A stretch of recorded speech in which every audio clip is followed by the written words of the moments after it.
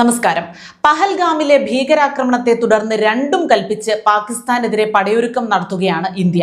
അപ്രതീക്ഷിത ആക്രമണത്തിലൂടെ ഇന്ത്യൻ പൗരന്മാർക്ക് നേരെ നിറയൊഴിച്ച ഭീകരന്മാരെ പിടികൂടുന്നതിനായി രാജ്യം അക്ഷമയോടെ കാത്തിരിക്കുകയാണ്. നയതന്ത്ര ബന്ധങ്ങളൊക്കെ വെട്ടിക്കുറച്ച് വീണ്ടും പോരിനുള്ള കാഹളം ഇതിനോടകം ഇന്ത്യ മുഴക്കിക്കഴിഞ്ഞു. ഇന്ത്യയിലെ പാക് ഹൈക്കമ്മീഷനിലെ ഉദ്യോഗസ്ഥരെ പുറത്താക്കുക, പാക് നയതന്ത്ര കാര്യാലയത്തിന് നൽകിയ ഭൂമി തിരികെ വാങ്ങുക, പാകിസ്ഥാനിലെ നയതന്ത്ര കാര്യാലയത്തിന്റെ പ്രവർത്തനം അവസാനിപ്പിക്കുക തുടങ്ങിയ നീക്കങ്ങളാണ് ഇന്ത്യ എത്രയും പെട്ടെന്ന് നടപ്പിലാക്കുക. അട്ടാരി അതിർത്തി അടയ്ക്കുകയും ചെയ്തു. മാത്രമല്ല, ഇന്ത്യയിലെത്താൻ പാക് സ്വദേശികൾക്ക് അനുവദിച്ചിരുന്ന വിസകളും റദ്ദാക്കുകയാണ്. ഇന്ത്യക്കാരുടെ പാകിസ്ഥാനിലേക്കുള്ള യാത്രയ്ക്കും വിലക്ക് കൊണ്ടുവരികയാണ്. വീണ്ടും ഒരു ഇന്ത്യ പാക് യുദ്ധ അന്തരീക്ഷം നിലവിൽ വന്ന സാഹചര്യത്തിൽ പാകിസ്ഥാന്റെ കുടിവെള്ളം മുട്ടിക്കാനും ഇന്ത്യ മുതിരുകയാണ്. പാകിസ്ഥാന് ഇന്ത്യ നൽകി വന്നിരുന്ന സിന്ധു നദീജലം ഇന്ത്യ നിർത്താൻ തീരുമാനിച്ചു. അത് സാമ്പത്തികമായ നിലവിൽ വെല്ലുവിളി നേരിടുന്ന പാകിസ്ഥാനെ സംബന്ധിച്ചിടത്തോളം ഒരു കനത്ത പ്രഹരമായിരിക്കും. അത് പാകിസ്ഥാന്റെ അടിത്തറ ഇളക്കും എന്ന കാര്യത്തിൽ സംശയമേ ഇല്ല. കാരണം സിന്ധു നദി ഉടമ്പടി പ്രകാരം പാകിസ്ഥാനിലെ പ്രധാന പ്രവിശ്യയായ പഞ്ചാബിലേക്ക് കൃഷിക്ക് ആവശ്യമായ വെള്ളം എത്തിക്കുന്നുണ്ട്. പദ്ധതി പിൻവലിക്കാൻ ഇന്ത്യ തീരുമാനിക്കുമ്പോൾ അത് പാകിസ്ഥാനകത്ത് തന്നെ ഒരു കലഹം ഉണ്ടാകാൻ സാധ്യത ഉണ്ടാക്കും. കാരണം പാകിസ്ഥാനിലെ പ്രധാന കാർഷിക മേഖലയാണ് പഞ്ചാബ്. ഇവിടുത്തെ കാർഷിക പ്രവർത്തനങ്ങൾ നിലച്ചാൽ അത് സ്വാഭാവികമായിട്ടും പാകിസ്ഥാനിലെ മറ്റു പ്രവിശ്യകളെയും ബാധിക്കും. സാമ്പത്തിക വെല്ലുവിളികളിൽപ്പെട്ട് നട്ടം തിരിയുന്ന പാകിസ്ഥാനിൽ ഇനി ഭക്ഷ്യ പ്രതിസന്ധി കൂടി ഉണ്ടായാൽ അത് ആ രാജ്യത്തെ തകർക്കും എന്നതിൽ യാതൊരു സംശയവുമില്ല. സിന്ധു നദിയിലെയും അതിന്റെ പോഷക നദികളിലെയും ജലം പങ്കിടുന്നതുമായി ബന്ധപ്പെട്ട് ഇന്ത്യയും പാകിസ്ഥാനും തമ്മിലുള്ള സുപ്രധാന ഉടമ്പടിയാണ് സിന്ധു ജല കരാർ. ലോക ബാങ്കിന്റെ നേതൃത്വത്തിൽ നടന്ന ചർച്ചകൾക്കൊടുവിൽ 1960 സെപ്റ്റംബർ 19 അന്നത്തെ ഇന്ത്യൻ പ്രധാനമന്ത്രിയായിരുന്ന ജവഹർലാൽ നെഹ്റുവും Pakistan president field marshal Ayub ഖാനും കറാച്ചിയിൽ വെച്ചാണ് ഈ ഉടമ്പടി ഒപ്പുവെച്ചത്. ഉടമ്പടി പ്രകാരം കിഴക്കൻ നദികളായ ബിയാസ്, രവി, സത്ലജ് എന്നിവയുടെ ജലത്തിന്റെ പൂർണ്ണ നിയന്ത്രണം ഇന്ത്യക്ക് ലഭിച്ചു. അതേസമയം ഏകദേശം 99 ബില്യൺ ക്യൂബിക് മീറ്റർ ശരാശരി വാർഷിക ഒഴുക്കുള്ള പടിഞ്ഞാറൻ നദികളായ സിന്ധു, ചെനാബ്, ഝലം എന്നിവയുടെ ജലത്തിന്റെ നിയന്ത്രണം പാകിസ്ഥാനാണ് നൽകിയിരിക്കുന്നത്. സിന്ധു നദീജല സംവിധാനത്തിലൂടെ ഒഴുകുന്ന മൊത്തം ജലത്തിന്റെ ഏകദേശം 30% ഇന്ത്യക്കും ബാക്കി 70% പാകിസ്ഥാനുമാണ് ഈ ഉടമ്പടിയിലൂടെ ലഭിക്കുക. കരാർ പ്രകാരം ഇന്ത്യക്ക് പടിഞ്ഞാറൻ നദികളിലെ ജലം പരിമിതമായ ജലസേചന ആവശ്യങ്ങൾക്കും വൈദ്യുതി ഉൽപാദനം, ഗതാഗതം, മത്സ്യകൃഷി തുടങ്ങിയ ഉപഭോഗേതര ആവശ്യങ്ങൾക്കും ഉപയോഗിക്കാൻ അനുമതി നൽകുന്നുണ്ട്.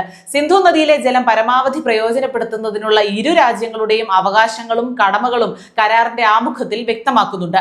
പാകിസ്ഥാൻ തുടരെ നടത്തിക്കൊണ്ടിരിക്കുന്ന ആക്രമണങ്ങൾ കരാറിനെ വ്യക്തമായി ലംഘിക്കുന്നതും അപമാനിക്കുന്നതുമായ പ്രവൃത്തിയാണ് എന്നത് ഇതോടെ വ്യക്തമാണ്. സ്വാതന്ത്ര്യത്തിന് ശേഷം 1947-48 ഇന്തോ പാകിസ്ഥാൻ യുദ്ധകാലത്ത് നദീജലത്തിന്റെ അവകാശങ്ങൾ ഇരു രാജ്യങ്ങൾക്കുമിടയിലെ പ്രധാന തർക്ക വിഷയമായിരുന്നു. എന്നാൽ 60-ൽ ഉടമ്പടി ഒപ്പുവെച്ചതിന് ശേഷം ഇരു രാജ്യങ്ങളും നിരവധി സൈനിക സംഘടനകളിൽ ഏർപ്പെട്ടിട്ടുണ്ടെങ്കിലും ഒരു ജലയുദ്ധത്തിലേക്ക് അതൊന്നും നീങ്ങിയിട്ടില്ല എന്നതും ശ്രദ്ധേയമാണ്. ഉടമ്പടിയിലെ നിയമപരമായ വ്യവസ്ഥകളിലൂടെയാണ് ഇരു രാജ്യങ്ങളും തമ്മിലുള്ള മിക്ക അഭിപ്രായ വ്യത്യാസങ്ങളും തർക്കങ്ങളും പരിഹരിക്കപ്പെട്ടിട്ടുള്ളത്. സൗഹൃദത്തിന്റെയും സഹകരണത്തിന്റെയും ഈ ഉടമ്പടി ഇരു രാജ്യങ്ങൾക്കുമിടയിൽ 60 വർഷത്തിലേറെയായി നിലനിൽക്കുന്നു എന്ന സുപ്രധാന നേട്ടത്തിനേറ്റ കളങ്കം കൂടിയാണ് ഇത് എന്ന് പറയാതെ വയ്യ. പാകിസ്ഥാന്റെ കാർഷിക മേഖലയിലും ജലവൈദ്യുത പദ്ധതികളിലും ഈ നദികൾക്ക് വലിയ പ്രാധാന്യമുണ്ട്. കരാർ പിൻവലിക്കുന്നതോടെ അത് പാകിസ്ഥാൻ എന്ന രാജ്യത്തിന് ഉണ്ടാക്കുന്ന ആഘാതം ചെറുതൊന്നുമായിരിക്കില്ല. പാകിസ്ഥാൻ പിന്തുണയോടെയുള്ള ഭീകരവാദ പ്രവർത്തനങ്ങൾ ഇന്ത്യയുടെ സുരക്ഷയ്ക്ക് മേൽ നിരന്തരമായ ഭീഷണിയായി വളർന്നു വരുന്ന സാഹചര്യത്തിൽ ഉടമ്പടിയല്ല, രാജ്യത്തെ ജനങ്ങളുടെ ഉയിരാണ് വലുത് എന്നത് ന്യായം തന്നെയാണ്. ജമ്മു കാശ്മീരിൽ പതിവായി നടക്കുന്ന തീവ്രവാദി ആക്രമണങ്ങൾ രാജ്യത്തിന്റെ പരമാധികാരത്തെ ചോദ്യം ചെയ്യുന്നതിന് തുല്യമാണ്. പഹൽഗാമിലെ ആക്രമണം ഈ ഭീകരവാദത്തിന്റെ ഏറ്റവും പുതിയ ഉദാഹരണമാണ്. ഈ സാഹചര്യത്തിൽ ഭീകരതയെ പ്രോത്സാഹിപ്പിക്കുകയും പൗരന്മാരെയും സുരക്ഷാ ഉദ്യോഗസ്ഥരെയും ആക്രമിക്കുകയും ചെയ്യുന്ന ഒരു രാജ്യവുമായി നാം എങ്ങനെ ഒരു സുപ്രധാന ജല പങ്കിടൽ കരാർ തുടരും എന്ന ചോദ്യം വ്യക്തമാണല്ലോ. ഒരു രാജ്യം തങ്ങളുടെ സുരക്ഷയും പൗരന്മാരുടെ ജീവനും സംരക്ഷിക്കാൻ എല്ലാ നടപടികളും സ്വീകരിക്കേണ്ടത് അത്യാവശ്യമാണ്. ഭീകരതയെ പിന്തുണയ്ക്കുന്ന ഒരു രാജ്യവുമായി ഒരു സുപ്രധാന കരാർ തുടരുന്നത് ഒരു തരത്തിൽ അവർക്ക് പ്രോത്സാഹനം നൽകുന്നതിന് തുല്യമാണ് എന്ന് പല ലോകരാഷ്ട്രങ്ങളും തിരിച്ചറിയുന്നുണ്ട്. ഇന്ത്യയുടെ ഈ നീക്കത്തിന് ലോകമെമ്പാടുമുള്ള പല രാജ്യങ്ങളിൽ നിന്നും പിന്തുണ ലഭിക്കുമെന്നതും തീർച്ചയാണ്. ഭീകരതയ്ക്കെതിരായ പോരാട്ടത്തിൽ ഇന്ത്യക്കൊപ്പം നിൽക്കാൻ ലോകം തയ്യാറാണ് എന്നതിന്റെ സൂചന കൂടിയാണിത്. സിന്ധു നദീജല കരാർ റദ്ദാക്കാനുള്ള ഇന്ത്യയുടെ നീക്കത്തെ പാകിസ്ഥാൻ ശക്തമായി തന്നെ എതിർക്കാൻ സാധ്യതയുണ്ട്.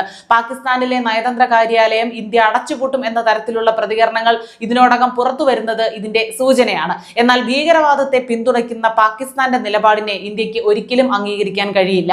ഒരു രാജ്യത്തിന്റെ സുരക്ഷയാണ് ഏതൊരു അന്താരാഷ്ട്ര കരാറിനേക്കാളും വലുത്.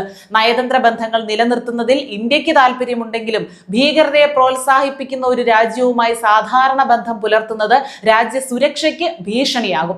ഇന്ത്യയുടെ പ്രതികരണം ശക്തമായിരിക്കും എന്നതിൽ യാതൊരു സംശയവും വേണ്ട. പഹൽഗാമിലെ ഭീകരാക്രമണത്തിന് പിന്നിൽ പ്രവർത്തിച്ചവരെയും അവരെ സഹായിച്ചവരെയും നിയമത്തിന് മുന്നിൽ കൊണ്ടുവരാൻ ഇന്ത്യ എല്ലാ ശ്രമങ്ങളും നടത്തിയിരിക്കും. അതിർത്തി കടന്നുള്ള ഭീകരവാദത്തിന് ഇന്ത്യ ശക്തമായ തിരിച്ചടി നൽകിയിരിക്കും. ലോകരാഷ്ട്രങ്ങളുടെ പിന്തുണയോടെ ഭീകരതയെ വേരോടെ പിഴുതെറിയാനുള്ള ദൃഢ നിശ്ചയത്തിൽ തന്നെയാണ് ഇന്ത്യ. സിന്ധു നദീജല കരാറിന്റെ കാര്യത്തിൽ ഇന്ത്യ എടുക്കുന്ന ഏത് തീരുമാനവും രാജ്യ സുരക്ഷയെ മുൻനിർത്തിയായിരിക്കും. ഭീകരതയെ പ്രോത്സാഹിപ്പിക്കുന്ന ഒരു രാജ്യവുമായി ഒരു ദീർഘകാല കരാർ തുടരുന്നത് ഇന്ത്യക്ക് ഒരിക്കലും അംഗീകരിക്കാനാവുന്ന കാര്യമേ അല്ല.